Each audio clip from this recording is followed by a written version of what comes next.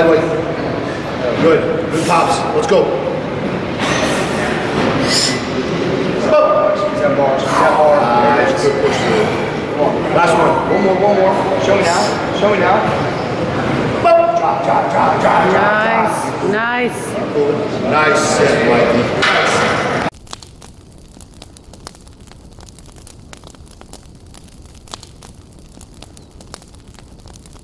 We're doing a little floor presses. We got the inclines in to start the day, which was nice. 405's a set of 4. Got a little spot on that 5th rep. Now we're doing floor press. Let's get this.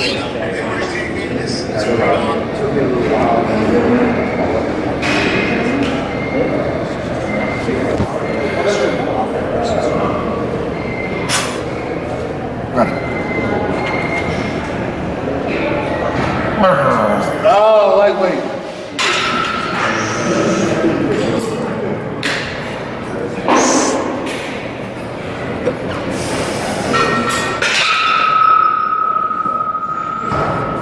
You like that? Did you like it? Huh? You like it? Yo, I love it. Couldn't stop if I tried. I don't know if you're having a rookie like Gavin spot you and he puts his nuts in your face. That's gonna mess up anybody's lift. I'm sorry. Got that? I'm sorry. Nut. Nut. Head into the shit. Get this. Get this. Good work. Stay on it. Stay on it. Stay on it. Push it. Finish it out. Finish it out. Good. Good. Good.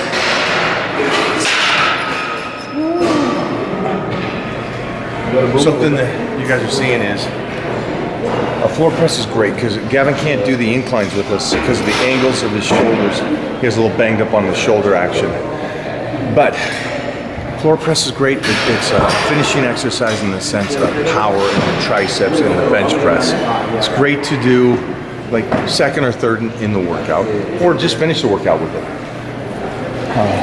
Cory's gonna go next, but something about Gavin is his rotation on the shoulder is not great, and then he has a locked wrist. So he's still putting in the work, he's still doing it, that motivates me, and then he's Irish, so technically he will not quit. So that's best. Yeah, locked wrist, does that help the cooking, or? No, I don't cook anymore. Now you're just the face of the show.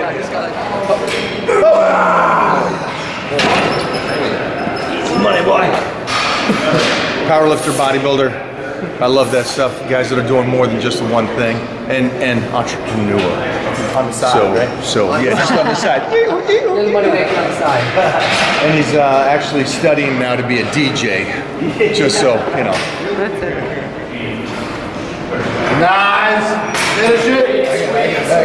I got it. Quit talking to me and do the rep.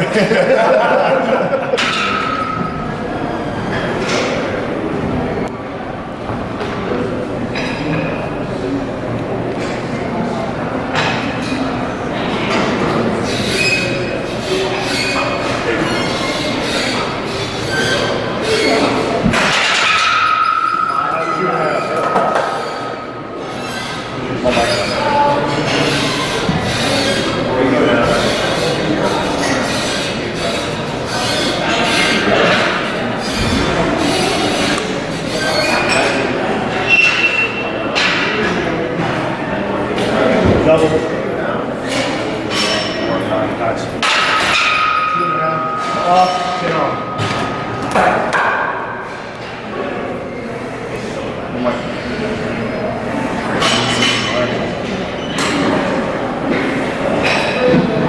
5, good.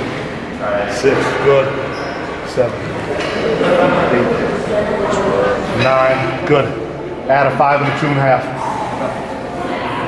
Good job. 5, 2.5 on. Top of that. Yep. Do it, Mike. Let's go. Nice, buddy. Nice, champ. One more. Up, up, up, up, up. Nice. Great rep, man. Great rep. Sheesh, well strong. Ooh-wee. Wow. So, this is fun, because right now, inside word is getting ready for gladiators again. And so there's a lot of things I had to switch up. Go back to the old school, how I always prepared for athletic training. And one of the things is that fatigue, getting to that fatigue stage and still pushing through. So you guys that ask me about competing in martial arts or gladiators or battle dome and those kind of things, you're gonna see a lot more of what I did. Same principle. I come back slow, started slow, start with just jogging, footwork, and then build that up. So it's not from ground zero to 100, but it's a process. All right, here's our second round here. Heavy incline, singles. He did a set of failure on incline 405, he got 5. We worked up to 1 heavies here. He went to 505 for 1. Now we're on ladders. First weight 225, 10 reps. All right, after 10 reps, we're gonna add 15 pounds. Notice how he's pausing. He's not bouncing his triceps off the ground. Takes them down, set, explode. All right, so you got 10 reps at 225, 10 reps at 240. The goal is to get to 255. Every time you get 10 reps, you add 15 pounds immediately and move up. So here we go. You just Tweedledee, Tweedledum over here. Just bought Mike some rest time. So here we go. Here's 255. Here's, come on, Mikey, 3. Come on. Here's rep 5 with this weight. Good finish, Mikey. Good. Atta boy. Yeah. Too bad his triceps aren't strong. And pumped. Right, Mona? Right. 4, 5, 6, 5. There's 7.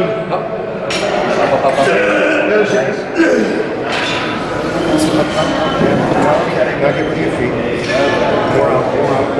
Just relax.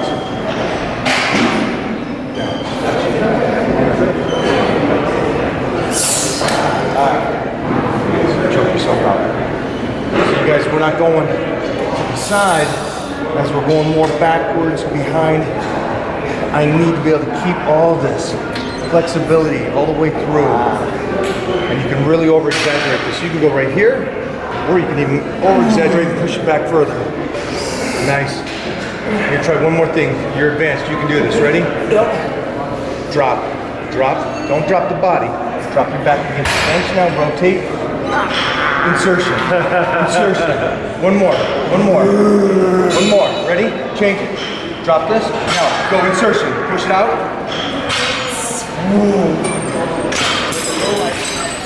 All right. So with Gavin, because of the impingement, I want to keep his elbows down. Compared to what we were doing. Nice. Take it up. Nice. Squeeze that back. Pressure. Go again. Not a heavy exercise, too. Don't get your ego involved.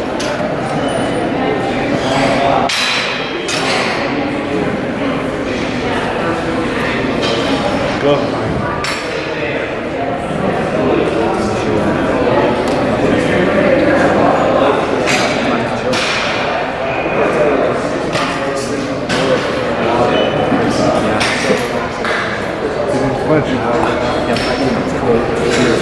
Yeah, I know. It's still feels warm to me. Come on. Yeah. Exactly. Having that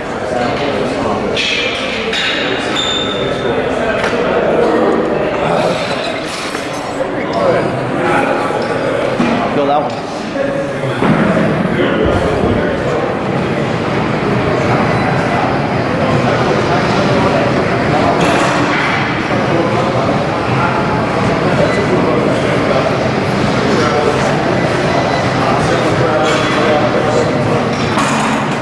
Finishing this up, doing a little decline. Keep your ass off of it. Keep it on front, arch your body out. Don't sit against the machine. slower. Over exaggerate. There you go. There. Stay on that. Right there. Boom. 2. Boom. Nice. There you go.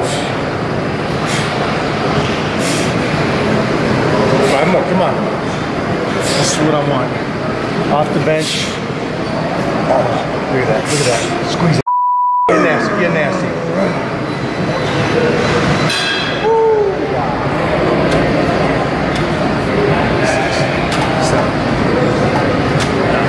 Halfway. 11, 12, 13, 14, 15. Come on. 6, 7, 8, 9. We got more. Here's 20. 5 more. 5, 4, 3, 2. Feel this one.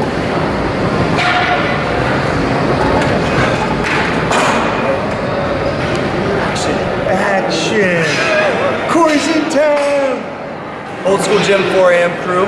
Eastern time meets 4 a.m. crew Pacific Standard time. Mutual So wait a respect for my minute. big boy right here.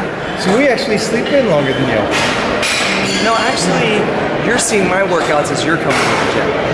Right. So we're the lazier ones. You guys are the true beasts. We're there guys at 1 are- a.m. your time. So I got a question. Sure. I know why I train early, but I get asked a lot, and I rarely say why because they can't come to their own conclusion on why I train at 4 in the morning. Can you tell me why you train at 4 in the morning? So, out of necessity, as you mentioned, like us being entrepreneurs, as being like fitness personalities, this right here is not ringing at 4 in the morning. And there's no excuse. So it's funny, even when pro athletes will hit me up and say, hey, I want to come to old school. I want to check out your gym. I said, well, we train at 4. And they say, well, I train at 12. I said, well, I guess we can't train then because I train at 4. And it's like, you weed out everybody that ain't serious. And in my crew, we have about 20 people, 4 a.m. They drive like 45 minutes to be there because they want to be there. So it weeds out all the idiots. Okay, let me go into the next thing. You ever miss a workout? I have. You have. Very rarely though. Okay. Much more rare than most people. Oh, like less than 5 a year. Because there's nothing that can get in your way at 4 o'clock in the morning. Zero, you have no excuse. And by default, your discipline has to raise up because you can't be out drinking, you can't be hitting the club, you can't be doing dirt because you're not going to make your workout.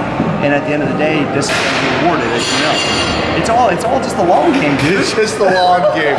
So I'll say this. I've been doing this not as long as you, but I've been in the game a minute. Something that irritates my training partners or my friends or society, I think for me, is that it's the fact of have a cookie. It's just one. And that's a metaphor for everything that I do, that it's never take the day off the training. Can't have a bad meal, have this, that. I get true excitement and love, and I feel totally alive in a training, in battle. And I love 4 a.m. because, again, the reason I do it, and I've been doing this since I was in junior high school. Yeah, and I'm old as hell. So, but I've never missed a workout. Yeah. I don't miss meals. I don't, and it's not that I'm a bragging thing. And trust me, you're not going to get praised for this, because no, if nothing else, you become an outcast. I started lifting when I was 8 and 9 years old. I stepped on stage in 1983, and so that's 5 years of on stage, just on stage, which is almost as old as you are alive. Yeah, I'm 39. That I train at 4 in the morning, I don't miss workouts, I don't miss meals, and it's just the consistency, and it's not bragging, it's just something that I like to do, and it's who I am. And I love that your aspect is, you're an OG mentality because of where you came from. You became... And coal mining, you got to be there at 5 a.m. And it's funny when I get these excuses. You guys don't know. He was a coal miner. So when you're talking about my first gym, you're talking about work ethic and hard labor. Just that's 600 feet underground, homie. Dude, that's you know just... When I was 19 years old, you're a boy working with real men, and they don't give 2 fucks about you sleeping in or you thinking this is heavy or you don't want that doesn't exist.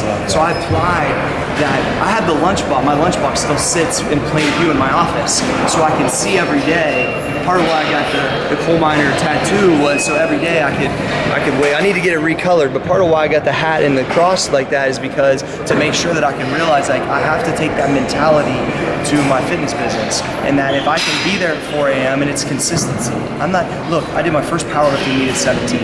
I did my first bodybuilding show at 20. I've had 12 covers, 30 events, powerlifting, 20 probably bodybuilding shows, but I'm not a world record holder. I'm not the biggest or leanest guy or the strongest, but I'm the mother keeps coming back every day. You can't beat the guy that doesn't give up. Come get it. I don't care if you're Mr. Olympia or the greatest powerlifter in the world. You're a guy that shows up day in and day out, puts in the work, and you succeed because of your work ethic. And I love that, and I appreciate that, because I'm a guy that believes, regardless of what society says, I don't believe I have the greatest genetics or the greatest gene pool or this or that. I got to work ethic. And you don't do anything like you and I do for that freaking long without that work ethic. I used to sell programs at the Arnold Classic in 1999. I mean, you know, I was handing out trophies 15 years later. I mean, you know, so it's like one of those things where it's crazy, but it's just about staying on track. And what I love nothing better than when we walk out of here and it's still dark. And I feel like I'm beating everybody else. And if they want to come, if they, I always look at it like this. If I'm in the same business as you, and I'm starting at 4, and I'm this consistent, and not doing anything that amazing, but just I don't miss, you got to bring your game to get me. And for a while. This is golden. You better pack a lunch. Yeah, this is golden, because I wish, I don't think you guys are going to comprehend this. I get asked, hey, what's the key? What's the one piece of advice? And it's like, man, it's unfortunate that I have to just say it's just consistency. Don't stop. And put in the work, and they go, that's not what I want to hear. Oh. I don't want to hear that. I want to hear that I can do this in a year. I want to hear that I can be Mr. Olympia in a week and a half and just diet, and then I can take weekends off and celebrate. And it's like, what you're saying I love, because it's an echo of my beliefs. And we've never talked about this. I just respect him, and I've known him for a while, and I respect him not because of the bodybuilding or the entrepreneur.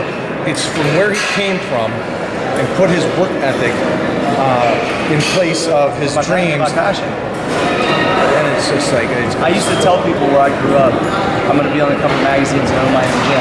And there wasn't one person in my coal mining area that made money with weights. The coal miners used to say, so you want to be like Richard Simmons? Because that's the only personal training they do. He's truly successful. But that's the only thing they can identify with, right? Right. And so when I got a chance to work with Arnold, I got a chance to be around guys like yourself, and I'm like, it's real, I'm here. I just got to keep coming back. You've worked with the greatest. That's the thing. You've worked with the greatest. I've been mentored by Louis Simmons, Arnold Schwarzenegger, like literally the best of the best. I didn't have a traditional education. I started business at 20 years old, and I said, I'm just going to get around the best. Yeah. And eventually, that's my narrative. I'm learning from the best. Something else I noticed is you were around men that don't bullshit. No. You were around coal miners that don't bullshit. And I was lucky enough to be around older guys, because I started in the gym when I was 11, 12, and 13, thinking these 5 guys are normal. Yeah, no. I didn't realize the 5 guys I was around were the greatest powerlifters in the world. So awesome. Doug Furness, Doyle Kennedy, Jeff Magruder, Ed Cohen came into town. So I'm around these guys thinking a 900-pound deadlift is normal. Yeah. So at 11 years old, and then you were working with these coal miners and said, I don't give a shit if you're sick, you're showing up, you're putting in the work. Dude, I tell these young dudes that work with me, like, they give me these excuses. I'm like, dude, I got punched in the face, and they just said, like, are you kidding me? Like, next. And I always say, like, look, I didn't get recruited to play sports. I wasn't some top athlete. Dude, I graduated high school at 160 pounds with no abs. So when I'm telling people I'm going to be this, fitness personality, they're like, and the internet wasn't even around yet. So they're like, huh? What? I don't get it. It seemed, I spoke at my high school commencement this year. It was 20 years. That's cool. I graduated with 2.1, and I was able to stand up there and say, like, there was nobody that I could look up to that did what I did. But now there is. And everybody that's here can see, I'm right here. Like, you can see that it can happen from wherever. You just got to put in the work and believe in yourself. And I just didn't take no for an answer. And even when I got knocked down, Arnold told me it's all how you stand back up through adversity. There's always a blessing on the other side. Anytime, I got chinged. I was like, Arnold speaks. Still to me, man. That's the leader.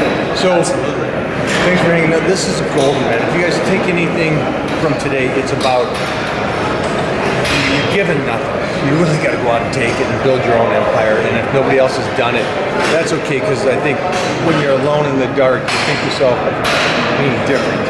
And it's okay to do that and think outside the box and be bigger than that. And no one's going to put you on. You can knock on the door and if no one's answering, you got to build your own. I used to think that, oh, I'm going to go to this upcoming, I'm going to go to this upcoming, I want to get this, and I was like, you know what? You created your own empire. It's great.